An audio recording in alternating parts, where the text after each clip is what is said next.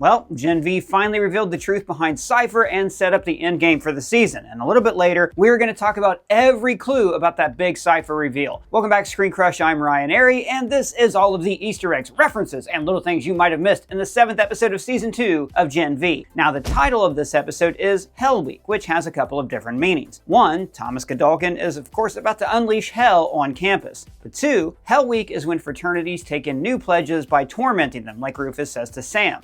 We're giving you a pledge, and it's your job to put through hell this week. Serious? Put another way, Hell Week is when young people suffer through hardship in order to gain a sense of belonging. And that's exactly what the heroes have been doing all through this show. They have all suffered hardships that have brought them closer together. And their sense of community has been built on one word, and that's the theme of this episode, forgiveness. At the start of this season, Sam and Kate were villains who had done terrible things in the service of Homelander. Remember that woman that you grabbed? She was screaming for her boyfriend, but you just dragged her away. Sam then had to learn how to forgive himself, and Kate tried to earn forgiveness by getting everybody released from Elmira. But also, Jordan starts off the season by resenting Marie, and she forgives both her and Kate. Emma has to recognize Sam's inner journey, and in this episode, she finally cuts him some slack. But most importantly, we see that the characters in this episode have to learn to forgive themselves, which we will talk about as we go along. So we start with the nightmare that Annabeth is having about Marie's death. And I actually think these nightmares were created by Sister Sage to manipulate Marie, but I'll talk about that a little later in the video. Notice that right after the nightmare, when she storms into Jordan's room, they're dreaming in their female body, but then shifts to their male form when they're startled. Now, this could be like a turtle response that we mentioned last week, where when they're threatened, Jordan switches to their defensive form. Or remember, Jordan was also born male and then had to hide their identity from their parents. So this might be a force of habit, having to swap to male when their parents barged into the room. Now, when they figure out that Marie has left, Jordan says, "Oh, God damn it, Marie, I know you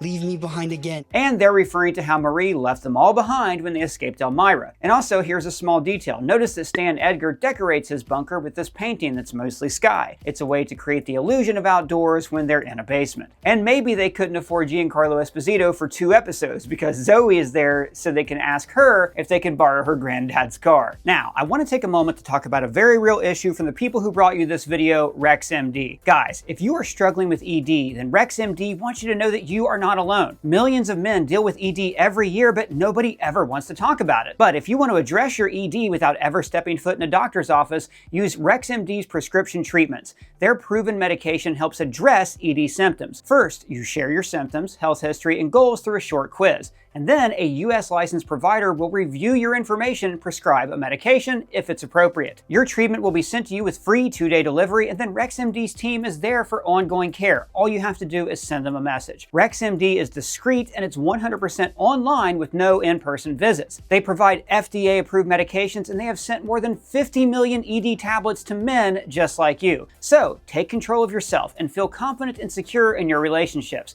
Start your MD consultation today. To get up to 95% off ED treatment with RexMD, click our link in the description at rexmd.com/ScreenCrush. Don't wait, get your confidence back today. You can see full details and usage at rexmd.com, and prescriptions are required. Results may vary. Now, back to what I was saying. Kate and Marie have a conversation that in a stealthy way teases exactly how Sister Sage is manipulating her in this episode. When Kate asks Marie to heal her, she says, "Kate, I tried to heal you when your skull was broken. I couldn't." But we know that she's actually making excuses because she doesn't want to heal Kate because, well, you know, she went on a murder rampage last season. Now, if she had learned to forgive Kate, then Kate would have read Gdolkin's mind at the end of the episode and she would have known that he was actually Cipher. So what we see here is that Marie and the whole campus are going to pay the price for Marie not learning to forgive others. But more importantly, Kate explains how Vought controlled her by building her up and making her believe that she's better than everyone else. So until this episode, Marie denied that she was the all-powerful chosen one. But now, she's believing her own hype, and Kate tells her, "I thought I knew what was best. I was so sure I was better than all of you and stronger. I believed all the shit they told me. That's how they get you." So this is the trap that Cipher has set for her. She has become stronger by feeding her this chosen one narrative. Like Valentina did to Bob in the Thunderbolts. Exactly. So elsewhere, Jordan explains to Annabeth that Sam Big jumps. faster than we can drive. And this, of course, is like the Hulk, who can jump 3 miles at a time, or the Superboy Con-El, who can't fly, just jumps a lot. Now, narratively, it's a smart way to separate the cast members so they can have their own storylines and conflicts. So Annabeth tells Jordan that she doesn't like having powers. In fact, she says, I love boring. and this goes back to Annabeth's closeted allegory. She's a closeted, self-hating soup, so equating boring to normalcy is a way of saying that her powers make her strange, and this feeds into that same self-loathing. Jordan also grew up keeping their powers a secret, but has found a way to be content by celebrating their uniqueness. And speaking of self-loathing,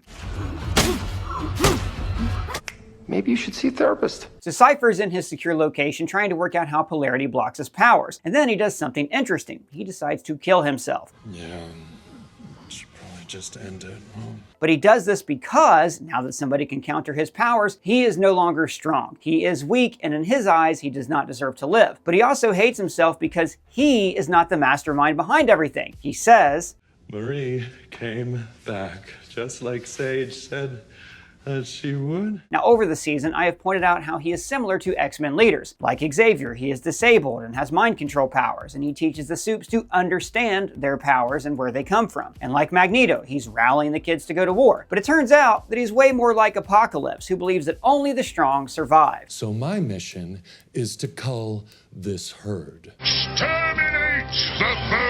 But the reveal that Sage was actually the one who was a step ahead of everyone else is very interesting, because it tells us that this whole season was not orchestrated by Cipher. Sage is the mastermind pulling the strings. Who's Sage again? Well, she's the new member of the Seven that orchestrated Homelander's rise to power in The Boys Season 4. Now, we don't know what her ultimate plan is, but I doubt that it's to have Gdolkin going crazy and culling the herd. Maybe this was also she could get Marie to reach her highest power level, so she could kill Homelander. Let me know what you think Sage's plan is down in the comments. And speaking of Sage, if she orchestrated Marie to be in this exact time and place, then it's even possible that she sent Annabeth her visions. But how? Well, it's like Vader torturing Han Solo in The Empire Strikes Back. Vader hurt Han and then planned to kill him. And that planning then sent visions to Luke Skywalker showing that his friends were going to die. Sage could have done the same thing here, planning on killing Marie so that Annabeth would see her die, which only drives Marie to separate herself from her friends. So Anderson then arrives and they all compare notes, and then Marie, as this Christ-like figure, heals his mental wound. Now, of all the Supes, she is the only one we have seen that has like traditional god-like powers to heal the sick and raise the dead. And did you notice that when she's healing Anderson and he's having his seizures, it affects everyone in the room and disrupts their own electromagnetic brainwaves, similar to Xavier having seizures in the movie Logan, you know, the ones that ultimately killed the entire X-Men team. And you guys know that we love to compare this show to its Marvel counterparts, which is why we made these boys parody shirts. Billy Butcher as the first appearance of Punisher, Soldier Boy as Captain America issue 1, and then we have this God You College shirt, and my personal favorite, Super Baby as the Nirvana Baby. Shopping our merch store helps out our channel so much. Links are below. Thank you guys for your support. So on campus, Rufus approaches Sam with the butt guy from a few episodes ago, and he tells him that it's his responsibility to look after a pledge. So in frat culture, this is how they incorporate new members, by humiliating them for a week to prove that they really want to be in the club. Like Tyler on his porch, yelling at Meatloaf. You're too old, fat man. Exactly. But there's a symbolic meaning here. Sam is being forced to control someone, and Cipher's powers are taking control of people and then forcing them to act against their will. And then good guy Greg shows up. Turns out he is not a mind-controlled villain like I thought, but he is a romantic rival for Sam. And it's funny that in the previous scene, Annabeth and Jordan talk about how Sam jumps really far, but he can't fly, and in this scene, his rival can fly. And later, this kind of turns into a dick measuring contest between the two.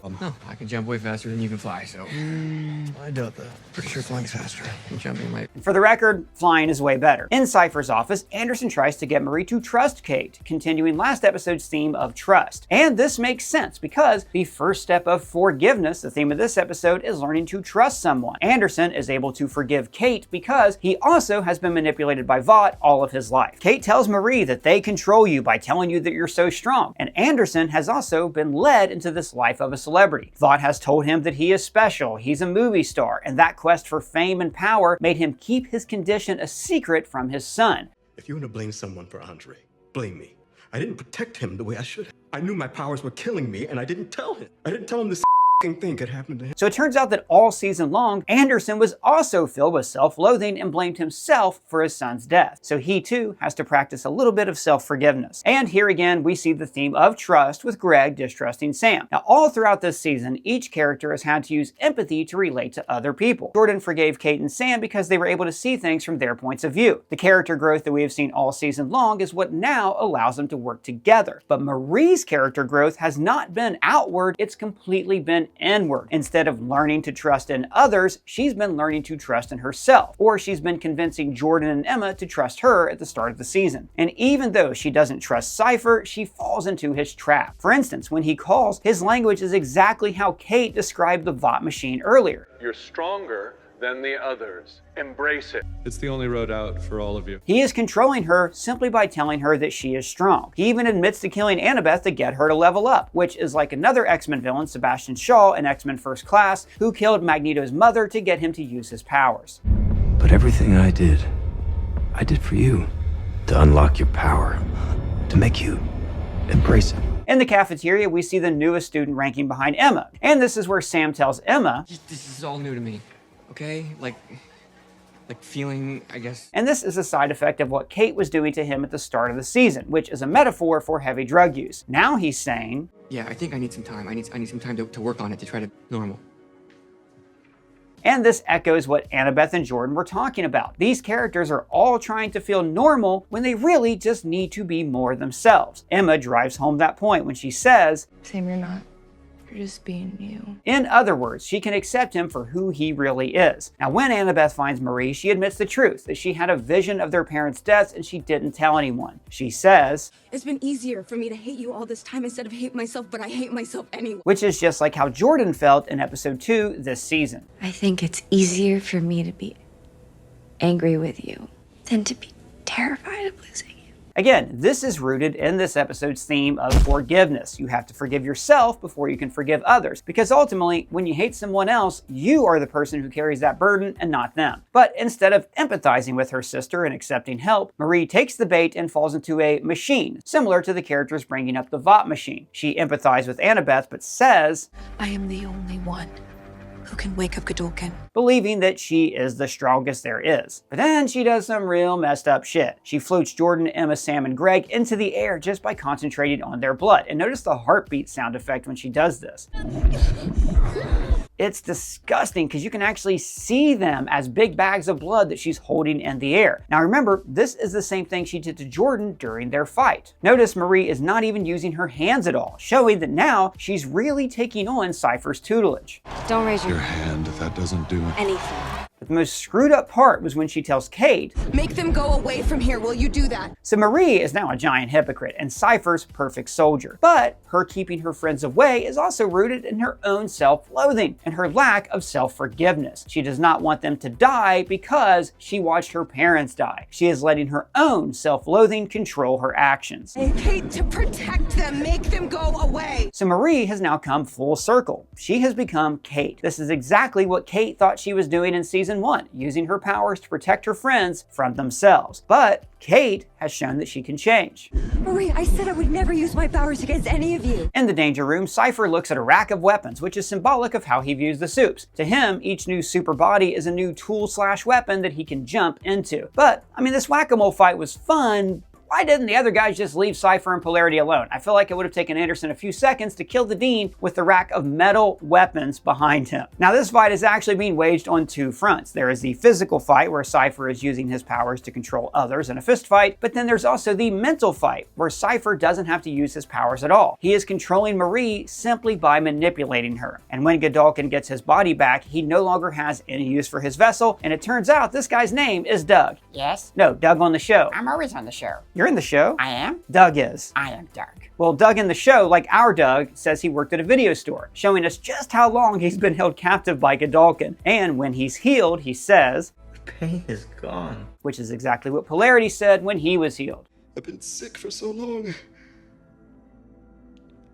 I forgot what it's like to feel healthy. So I'm wondering if Cipher ever wanted Marie for any other reason, or if the only reason she was even created was so he would have a soup who was powerful enough to heal his wounds. And by the way, he is played by Ethan Slater, who also played Bach in Wicked. Oh yeah, thank you, jeez. And out on the quad, he meets the Pledge, who is also in a diaper. And this is a brilliant little bit of storytelling. You have the guy who is weak and submits to being a slave, and then the guy who despises the weak and creates slaves. But in this exact moment, we find them at a crossroads. They're both in diapers, but one is on his way up and the other is on his way down. Now the song playing here is Young at Heart, which is fitting because Marie not only healed Gdolkin, but now he's free to roam around a college campus like he's a young person. He can now implement his Nazi ideology and create a bloodbath far worse than what we saw at the end of season 1. Hell, this guy's probably powerful enough to control Homelander, which means that he could theoretically control the whole world. And I gotta say, we were right about Gdolkin secretly controlling Cipher, but we were very, very wrong about him being a secret good guy. But there were lots of clues along the way that the Burned Man was controlling Cipher. First, the show is a parody of the X-Men, so it makes sense that the school would have a disabled telepathic leader like Charles Xavier. But there's also the smoothies. He was having Doug eat tons of protein, like chicken and peanut butter, so he would have a strong vessel. Protein also keeps the brain healthy and functioning and easier to control. Cipher's fake name was Dr. Gold, which is similar to Gdolkin. And we also saw that Gold worked at Project Odessa, where we first met Gdolkin back in episode 1. And also there's the fact that we see Thomas Gdolkin in a fire and we see an old man covered in burns. That one was pretty easy to put together. We also find out that Gdolkin was a friend of Frederick Vaught and also believed in his Nazi ideals. And Cipher is constantly spouting Nazi ideology all through the series. Humans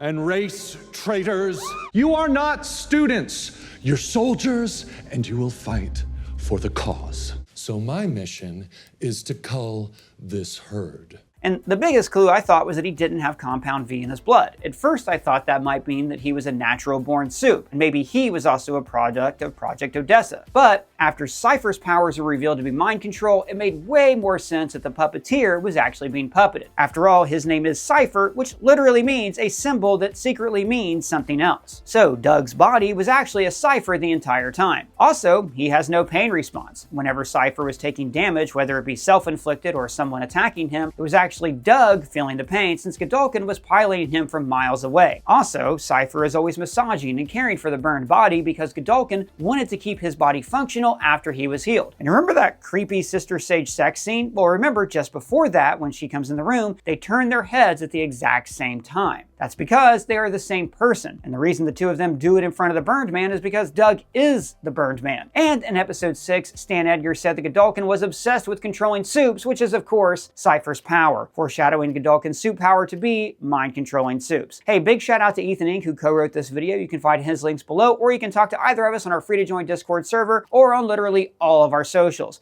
And if it's your first time here, please subscribe, smash that bell for alerts. For ScreenCrush, I'm Ryan Airy.